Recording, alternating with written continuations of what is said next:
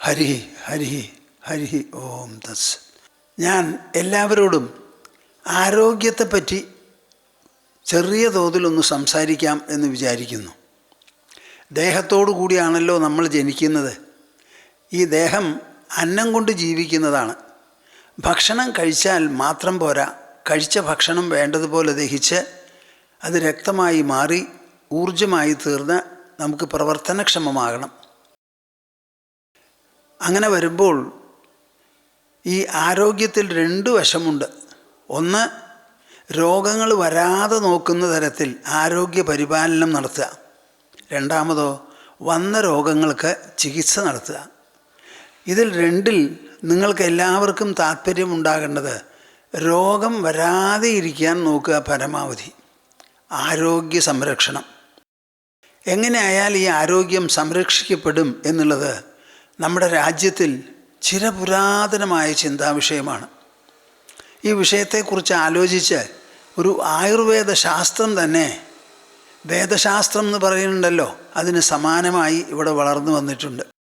അതിന് എത്ര പഴക്കമുണ്ടെന്ന് പറയാൻ തന്നെ പറ്റില്ല. പൊതുവെ നമ്മൾക്കൊരു പറച്ചിലുണ്ട്. എന്താണ് പറച്ചിൽ? ഊണും ഉറക്കവും ഒത്തവർക്ക് ഒത്തപടിയെന്ന്. ഞാൻ പലപ്പോഴും ആലോചിക്കും, ഈ ചൊല്ല് മുഴുവനും ശരിയാണോ, അതോ ഇതിൽ വല്ല മാറ്റം വരുത്തേണ്ടതുണ്ടോ എന്ന്. അതിവരിഷ്ഠമാണ് നമ്മുടെ ആയുർവേദ ശാസ്ത്രം. 4 വേദങ്ങൾ എങ്ങനെയോ അവയ്ക്ക് സമമാണ് ഈ ആയുർവേദവും, അതിൻ്റെ ആധികാരികതയിലും പ്രയോജനത്തിലും. ചരകം, സുശ്രുതം, അഷ്ടാംഗഹൃദയം, അഷ്ടാംഗ സംഗ്രഹം, ഇതൊക്കെ നമ്മുടെ ആയുർവേദ ഗ്രന്ഥങ്ങളാണ്. ചരകസംഹിതയ്ക്ക് 2300 കൊല്ലത്തോളം പഴക്കമുണ്ട്. സുശ്രുത സംഹിതയ്ക്കാകട്ടെ 2600 കൊല്ലവും. ഇത് പരിശോധിച്ച് തെളിഞ്ഞിട്ടുള്ള കാര്യങ്ങളാണ്. ഞാൻ ചെറുപ്പം മുതൽക്കേ ഒരു ശ്ലോകം കേട്ടു വന്നിട്ടുള്ളത് പറയാം. നമ്മുടെ ആരോഗ്യ സംരക്ഷണം എങ്ങനെ ജനങ്ങൾ നിലനിർത്തി പോന്നു എന്നുള്ളതിനൊരു തെളിവും കൂടിയാണ്. പൂരയേത് അശനേനാർദ്ധം തൃതീയമുദകേനതു വായോഹ സഞ്ചരണാർത്ഥായ ചതുർത്ഥം അവശേഷയേത്. കേൾക്കുന്നുണ്ടോ നിങ്ങൾ? വയറ് നിറച്ച് ഉണ്ണാമോ ചോദിച്ചാൽ പാടില്ല. പൂരയേത് അശനേന അർദ്ധം. വയറ്റിൻ്റെ പകുതി അളവേ നമ്മൾ ഭക്ഷണം കൊണ്ട് നിറയ്ക്കാവൂ. അങ്ങനെ പകുതി വയറ് ഭക്ഷണം കഴിച്ച് നിറച്ചതിന് ശേഷം പിന്നെയുള്ള പകുതിയിൽ ഒരു ഭാഗമുണ്ടല്ലോ, തൃതീയം ഉദകേനതു, അത് വെള്ളം കൊണ്ടാവാം. ഇനി 4ാമത്തെ ഭാഗമോ, വായോഹ സഞ്ചരണാർത്ഥായ ചതുർത്ഥം അവശേഷയേത്. വായുവിന് സഞ്ചരിക്കാൻ വേണ്ടി ബാക്കിയുള്ള ആ 4ാം ഭാഗം വിട്ടുകളയണം എന്നാണ് പറയുന്നത്. നിങ്ങളിത് നല്ലോണം കേൾക്കുന്നുണ്ടോ? അഷ്ടാംഗഹൃദയത്തിൽ സൂത്രസ്ഥാനത്തിൽ പറയുകയാണ്, അന്നേന കുക്ഷേർദ്വാവംശൗ പാനേനൈകം പ്രപൂരയേത് ആശ്രയം പവനാദീനാം ചതുർത്ഥം അവശേഷയേത്. അന്നം എന്ന് വെച്ചാൽ കഴിക്കുന്ന ഭക്ഷണം. അതുകൊണ്ട് കുക്ഷിയുടെ 2 ഭാഗം, 4 ഭാഗം വെച്ചാൽ 2 ഭാഗം, പകുതിയെ നിറയ്ക്കാൻ പാടുള്ളൂ. പാനേനൈകം പ്രപൂരയേത്. വെള്ളം കൊണ്ട് ഒരു ഭാഗം, 4 ഭാഗത്തിൽ ഒരു ഭാഗം നിറയ്ക്കുക. ആശ്രയം പവനാദീനാം ചതുർത്ഥം അവശേഷയേത്. 4ാമത്തെ ഭാഗം വായു സഞ്ചരിക്കാൻ വേണ്ടി അങ്ങോട്ട് വിട്ടുകൊടുക്കണം എന്ന് ചരകസംഹിതയിൽ പറയുന്നത് കേട്ടോളൂ. അന്നവഹാനാം സ്രോതസാം ആമാശയോ മൂലം വാമം ച പാർശ്വം. നമ്മുടെ ശരീരത്തിൽ പല വിധത്തിലുള്ള പ്രവർത്തനങ്ങളും അവയവങ്ങളും അംഗങ്ങളുമൊക്കെ ഉണ്ട്. അത് ഓരോന്നിൻ്റെയും പ്രവർത്തനത്തെപ്പറ്റിയും രക്തധമനികളെപ്പറ്റിയുമൊക്കെ കാര്യമായി വിവരിച്ചുകൊണ്ടാണ്. ശാസ്ത്രം എന്നുള്ള വാക്കിനർത്ഥം എന്തെങ്കിലും പറഞ്ഞാലോ എഴുതിയാലോ ശാസ്ത്രാവില്ല. എന്ത് വിഷയം ചർച്ച ചെയ്യുന്നുവോ അതിനെ സമഗ്രമായി പരിശോധിച്ച് യുക്തിസഹമായി വേണ്ടതും വേണ്ടാത്തതൊക്കെ തിരിച്ചു പറഞ്ഞ് വെളുപ്പായി അങ്ങനെ വെളിപ്പെടുത്തി കൊടുത്താലേ ശാസ്ത്രമാവുള്ളൂ. അപ്പോൾ നമ്മുടെ ശരീരത്തിൻ്റെ ഘടന മുഴുവനും അതിൽ നിർവചിക്കപ്പെട്ടിട്ടുണ്ട്. അന്നം വഹിക്കുന്ന സ്രോതസ്സുകളുടെ മൂലമാണത്രേ വാമഭാഗം. വാമഭാഗം എന്ന് പറഞ്ഞാൽ ഇടത് ഭാഗം. അപ്പോൾ ഇടത്ത് ഭാഗത്തേക്ക് ചെരിഞ്ഞ് കിടക്കണം എന്നാണല്ലോ നമ്മൾ പറയുന്നത്. എന്താ അതിന് അർത്ഥം എന്ന് ചോദിച്ചാൽ അതിനെ പറ്റിയിട്ടുള്ള വിവരണമാണ്. ഭുക്വാ രാജവദാസീത യാവദന്ന ക്ലമോ ഗതഃ തതഃ പാദശതം ഗത്വാ വാമപാർശ്വേന സംവിശേത്. ഇത് സുശ്രുത സംഹിതയിൽ പറയുകയാണ്. ഭുക്ത്വാ രാജവദാസീത. കേൾക്കുന്നുണ്ടോ നിങ്ങൾ കൂട്ടരെ? ഊണ് കഴിച്ചതിന് ശേഷം രാജാവ് സിംഹാസനത്തിൽ ഇരിക്കുന്ന പോലെ ഇരിക്കണമെന്ന്. രാജാവ് സിംഹാസനത്തിൽ എങ്ങനെയായിരിക്കുക? വളരെ മാന്യതയോടുകൂടി അല്ലലും അലട്ടുമില്ലാതെ ഇരിക്കും. രാജാവിനെ അലട്ടാൻ എന്താ? പ്രജകളൊക്കെ അദ്ദേഹം സർവാധിപതിയാണ്. അപ്പോൾ രാജാവിനെ പോലെ ഇരിക്കണം. അതെന്തിനാ?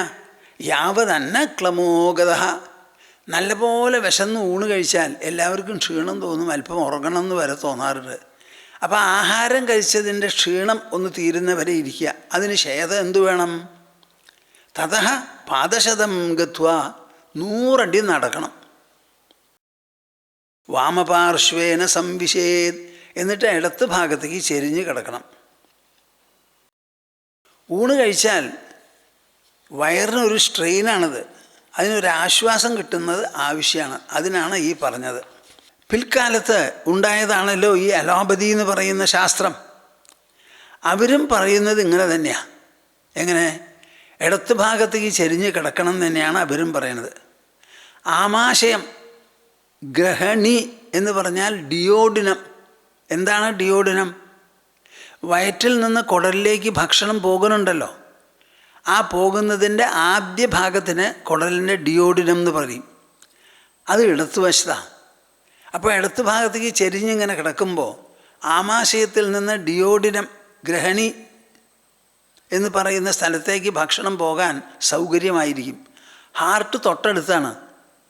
അപ്പോൾ ഹാർട്ടിൽ നിന്ന് രക്തസഞ്ചാരവും കുറച്ച് കൂടുതൽ കിട്ടി ഈ പോക്കിനെ സഹായിക്കും. ഈ വയറ്റിൽ നിന്ന് തുടങ്ങും പെരിസ്റ്റാൾട്ടിക് മൂവ്മെൻറ്റ്. ഇങ്ങനെയുള്ള മൂവ്മെൻറ്റ്. ആ മൂവ്മെൻറ്റ് ആമാശയത്തിൽ നിന്ന് തുടങ്ങുമ്പോൾ അതിനെ സുഗമമാക്കാനും സഹായിക്കാനും വേണ്ടിയാണ് ഈ ഇടത്ത് ഭാഗത്തേക്ക് ചെരിഞ്ഞ് കിടക്കണം എന്ന് പറയുന്നത്. വാമാശ്രയേഹി ഗ്രഹണീ ഗുദേച തത് പാർശ്വസംസ്ഥസ്യ സുഖോപലബ്ധി. ഇടത്ത് ഭാഗത്തേക്ക് ചരിഞ്ഞ് കിടക്കുന്നവരുണ്ടല്ലോ, അവർ 2 അവയവങ്ങളെ പ്രത്യേകം സഹായിക്കുന്നവരാണ്. ഗ്രഹണീ ഗുദേച.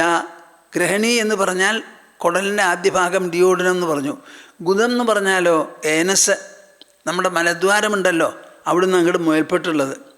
ലീയന്തയേവം വലയശ്ച തസ്മാത് സവ്യം ശയാനോർഹതി വസ്തിദാനം. പിന്നെ നമുക്ക് ഈ എനിമ ആയുർവേദത്തിൽ വസ്തി എന്ന് പറയും. പഞ്ചകർമ്മങ്ങളിൽ പെട്ടതാണ്. ആ വസ്തി ആർക്ക് എപ്പോൾ കൊടുക്കുന്നുവോ ആ ആളോട് ഇടതുഭാഗത്ത് ചെരിഞ്ഞ് കിടന്നിട്ട് അങ്ങനെയാണ് വസ്തി കൊടുക്കാറുള്ളത്. ഡിയോഡിനവും ഏനസുമാണ് ഇവിടെ പ്രധാനമായി പറഞ്ഞിട്ടുള്ളത്. അന്നവാഹ സ്രോതസ്സിൻ്റെ ഭാഗമാണ് ഇതൊക്കെ. അവയെ സമ്പുഷ്ടമാക്കുന്നതാണ് ഇത്തരം ശീലങ്ങൾ. അഷ്ടാംഗ സംഗ്രഹത്തിലും പറയുന്നു ഊണിന് ശേഷം 100 അടി നടക്കണം, എന്നിട്ട് ഇടത്ത് ഭാഗത്തേക്ക് ചെരിഞ്ഞ് കിടക്കണം എന്ന്.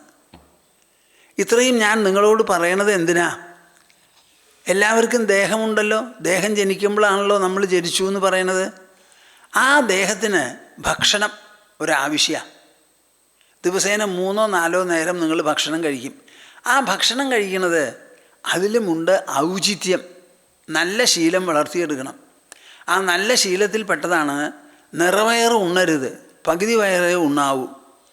പിന്നുള്ളതിൽ പകുതി ഭാഗം വെള്ളം കുടിക്കുക, അവസാനത്തെ ഭാഗം വായുസഞ്ചാരത്തിന് വേണ്ടി വിടുകയെന്ന്. അതുമാത്രമല്ല 100 അടി നടക്കണം, ഇടതുഭാഗത്തേക്ക് ചെരിഞ്ഞ് കിടക്കും വേണം. ഇത്രയും ആയാൽ ആരോഗ്യം സമ്പുഷ്ടമായി കിട്ടും. നിങ്ങളെല്ലാവരും ധന്യരാകും.